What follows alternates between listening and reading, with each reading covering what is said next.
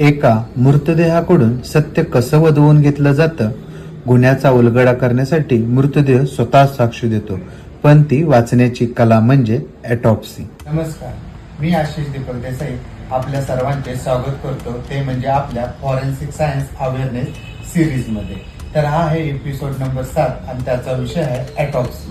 Autopsy म्हणजे आपण ज्याला पोस्टमॉर्टम किंवा शवविच्छेदन असे म्हणतो. ही एक वैज्ञानिक प्रक्रिया आहे. याच्यामध्ये तज्ञ डॉक्टर त्या बॉडीचे पूर्णपणे अभ्यास करतात. यामध्ये तज्ञ डॉक्टर त्या बॉडीचे इंटरनल व आउटर तपासणी करतात.